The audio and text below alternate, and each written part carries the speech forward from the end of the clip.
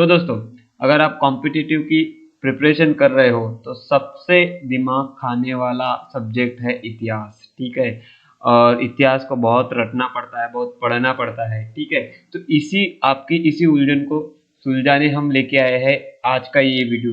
इसमें हम जीके के यानी जीके के जो इतिहास से क्वेश्चन बनते हैं, टॉप 20 वीडियोस जो कि किसी ना किसी एग्जाम में पूछे गए हैं या बार बार रिपीट हो रहे हैं, ऐसे क्वेश्चंस यहाँ पे लेके आए हैं। ठीक है दोस्तों, तो ये इस सीरीज का पार्ट 2 है। इससे पहले भी हमने एक वीडियो बनाया है, आप उसे भी जाकर देख सकते हैं, उसका लिंक डिस्क्रिप्शन में दिया जाएगा। तो चलिए शुरू करते हैं। तो पहला क्वेश्चन है, समुद्रगुप्त का दरबारी कवि कौन था? इसके लिए आपके ऑप्शन है ए बाणभट्ट, बी चांद बरदाई, सी भवभूति, डी हरिसेन। ठीक है, तो दोस्तों क्या लगता है इसका आंसर क्या होगा? इसका सही आंसर है दोस्तों डी हरिसेन। ठीक है, तो हरिसेन सम्राट समुद्रगुप्त का राज दरबारी कवि था। ठीक है, इलाहाबाद स्तंभ शिलालेख को प्रयाग परिस्थिति के नाम से भी जाना जाता है, जिसमें हरिसेन द्वारा रचित 33 पंक्तियां हैं। ठीक है, तो समुद्रगुप्त का राज दरबारी कवि था हरिसेन। क्वेश्चन नंबर 2, कलिंग के राजा खारवेल का संबंध निम्नलिखित में से किस राजवंश से था? ठीक है, तो इसके लिए आपके ऑप्शन है ये महामेधावन वंश, बी सातवाहन वंश, सी रटभोजक वंश, डी हर्यक वंश। ठीक है, तो जो कलिंग के राजा खारवेल है, इनका संबंध था महामेधावन राजवंश से। ठीक है दोस्तों, आपको इसको याद रखना है। ऐसे क्वेश्चंस जो कि कंफ्यूजिंग क्वेश्चन होते हैं, वो अक्सर एग्जाम में पूछे जाते हैं। क्वेश्चन नंबर 3, ज्ञान प्राप्त करने से पहले भगवान महावीर का नाम क्या था? इसके लिए आपके ऑप्शन है ये सुधाकर, बी अंशुमन, सी सोमदत्त, डी वर्धमान। ठीक है, तो ये बहुत सिंपल क्वेश्चन है, इसका आंसर आपको डेफिनेटली पता होगा, मुझे ऐसा लगता है। ठीक है, अगर नहीं पता तो ये लीजिए आंसर।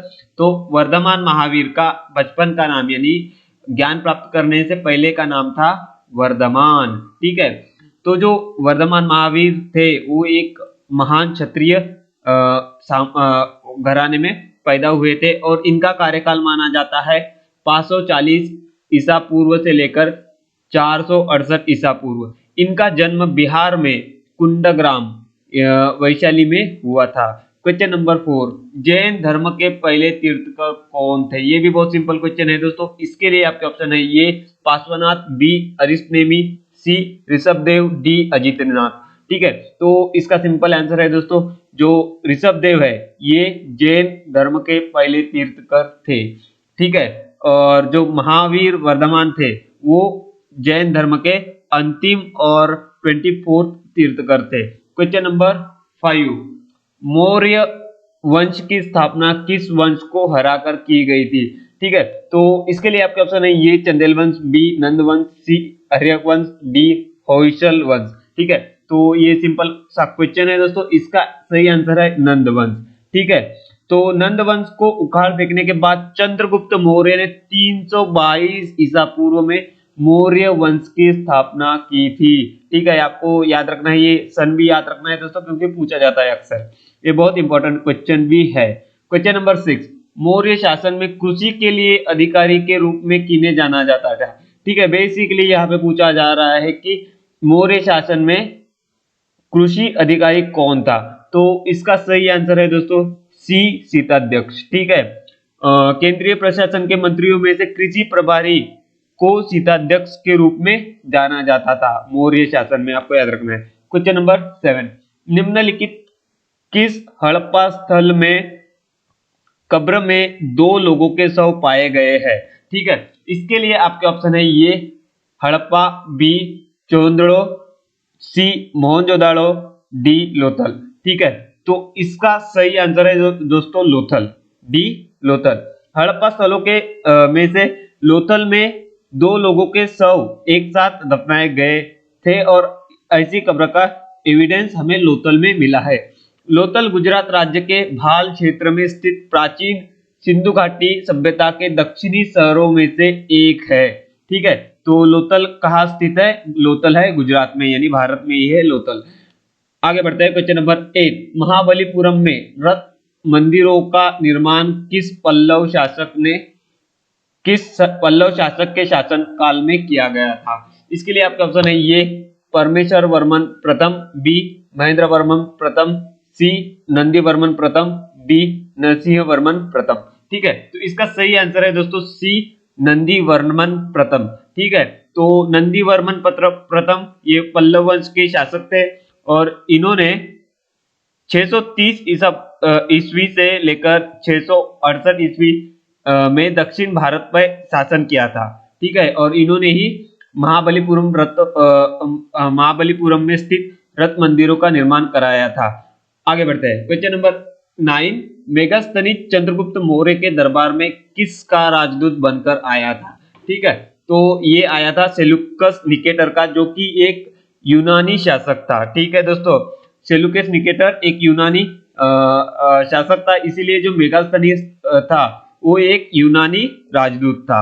आगे बढ़ते हैं, क्वेश्चन नंबर 10, किसे भारत का नेपोलियन के रूप में जाना जाता है? ठीक है, यहाँ पे पूछा जा रहा है कि भारत का नेपोलियन किसे कहते हैं। इसके लिए आपके ऑप्शन है ये समुद्रगुप्त, बी चंद्रगुप्त द्वितीय, सी चंद्रगुप्त मौर्य, डी हर्षवर्धन। तो इसका सही आंसर है दोस्तों समुद्रगुप्त। समुद्रगुप्त को उनकी विस्तारवादी नीति के कारण भारतीय नेपोलियन के रूप में जाना जाता है और यह उपाधि विसेंट ए स्मिथ द्वारा इनको दी गई थी। क्वेश्चन नंबर 11, गुप्त साम्राज्य के निम्नलिखित शासकों में से किसे महाराजाधिराज के रूप में वर्णित किया गया है? इसके लिए आपके ऑप्शन है ये चंद्रगुप्त, बी घटोत्कच, सी महाराजा श्रीगुप्त, डी समुद्रगुप्त। इसका सही आंसर है दोस्तों ये चंद्रगुप्त प्रथम। ठीक है, तो जो श्रीगुप्त और घटोत्कच है इन दोनों को महाराजा कहा गया था।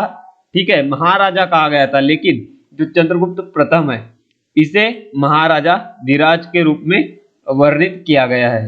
क्वेश्चन नंबर 12, निम्नलिखित शहरों में से कौन सा कुषाण साम्राज्य की राजधानी नहीं था? इसके लिए आपके ऑप्शन है ये मथुरा, बी उज्जैन, सी पेशावर, डी बगराम। तो इनमें से जो उज्जैन था, उज्जैन कभी कुषाण साम्राज्य की राजधानी नहीं था। ठीक है, कुषाण साम्राज्य के दौरान कुल 4 शहरों को राजधानी बनाया गया था, वो ये है मथुरा, पेशावर, बगराम और तक्षशिला। क्वेश्चन नंबर 13, दिल्ली का लौह स्तंभ किसने स्थापित किया था? ठीक है दोस्तों, तो जो दिल्ली का लौह स्तंभ है इसके लिए इसके बारे में आपको एडिशनल इंफॉर्मेशन दे देता हूँ। तो जो दिल्ली का लौह स्तंभ है वो उसे हम महरौली का लौह स्तंभ भी कहते हैं। ठीक है, तो इसके ऑप्शन है और यहाँ पे पूछा गया है कि दिल्ली का लौह स्तंभ किसने स्थापित किया था। तो इसके लिए आपके ऑप्शन है ये समुद्रगुप्त, बी चंद्रगुप्त द्वितीय, सी स्कंदगुप्त, डी चंद्रगुप्त प्रथम। तो इसका सही आंसर है दोस्तों चंद्रगुप्त द्वितीय ने। ठीक है, तो जो दिल्ली का लौह स्तंभ है इसको स्थापित किया था चंद्रगुप्त द्वितीय ने। Right answer. Question number 14, Sindhu घाटी सभ्यता का निम्न में से कौन सा स्थल भारत में नहीं है? इसके लिए आपके ऑप्शन है ये हड़प्पा, बी लोथल, सी धोलावीरा, डी बनावली। ठीक है, तो अभी हमने देखा है कि जो हड़प्पा जो ये शहर है ये भारत में नहीं है। तो हड़प्पा पाकिस्तान के पंजाब प्रांत में स्थित है, जबकि जो लोथल और धोलावीरा है ये भारत के गुजरात में स्थित है, जबकि बनावली कहाँ स्थित है? बनावली हरियाणा में स्थित है। ठीक है, तो इनमें से जो हड़प्पा है ये भारत में स्थित नहीं है फिलहाल। ठीक है, स्वतंत्रता के पूर्व जब पार्टीशन नहीं हुआ था तब ये भारत में था। क्वेश्चन नंबर 15, सिंधु घाटी सभ्यता के लोगों का मुख्य व्यवसाय क्या था? ये एक फुद्दू सा क्वेश्चन है दोस्तों, इसका आंसर कोई भी दे सकता है। तो सिंधु घाटी सभ्यता के लोगों का मुख्य व्यवसाय था कृषि। ठीक है, और इनकी कुछ मुख्य फसलें थी गेहूं, जौ, चावल, खजूर, सरसों और कपास। क्वेश्चन नंबर 16, निम्नलिखित में से कौन सा वेद वेदत्रयी का हिस्सा नहीं है? ठीक है, तो वेदत्रयी का मतलब ये होता है दोस्तों तीन वेद इसका ऐसा मतलब होता है लिटरली। तो इनमें से कौन सा वेद वेदत्रयी का हिस्सा नहीं है? तो इसका सही आंसर है दोस्तों अथर्ववेद। ठीक है, तो अथर्ववेद 4 वेदों में सबसे छोटा है और 4 वेदों में सबसे छोटा है और ये वेदत्रयी का हिस्सा नहीं था।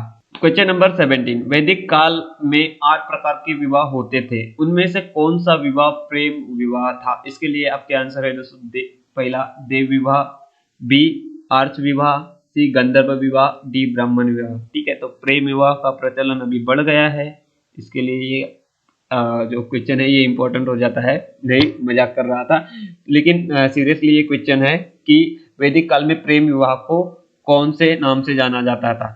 तो इसका सही आंसर है दोस्तों सी गंधर्व विवाह। गंधर्व विवाह के नाम से जाना जाता था प्रेम विवाह को वैदिक काल में। क्वेश्चन नंबर 18, किस बौद्ध परिषद के दौरान बौद्ध धर्म हीनयान और महायान इन दो संप्रदायों में विभाजित हो गया। ठीक है, यहाँ पे इसका मैं आंसर तो नहीं लिखा, लेकिन यहाँ पे आंसर होना चाहिए फोर्थ। ठीक है, तो जो फोर्थ बौद्ध परिषद थी वहां पे बौद्ध धर्म हीनयान और महायान संप्रदायों में विभाजित हो गया था। इस परिषद का आयोजन कनिष्क के संरक्षण के तहत 700 ईस्वी में कश्मीर के कुंडल वन में किया गया था। ठीक है, तो इसका आयोजन कहाँ हुआ था? कुंडल वन में।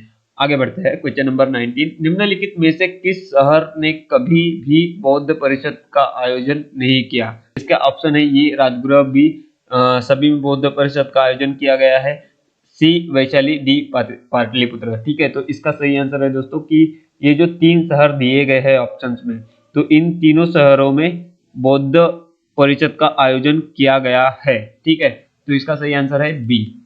क्वेश्चन नंबर 20, अजंता की गुफाओं की चित्रकारी भारत में किसके स्वर्ण युग का प्रमाण है?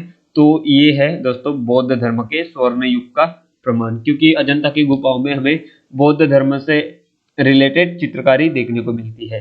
ठीक है, तो थैंक्स दोस्तों वीडियो देखने के लिए। अगर आपको इस वीडियो से रिलेटेड कोई क्वेश्चन है तो आप कमेंट में बता सकते हैं, और अगर वीडियो अच्छा लगा हो तो वीडियो को लाइक और चैनल को सब्सक्राइब जरूर कीजिए।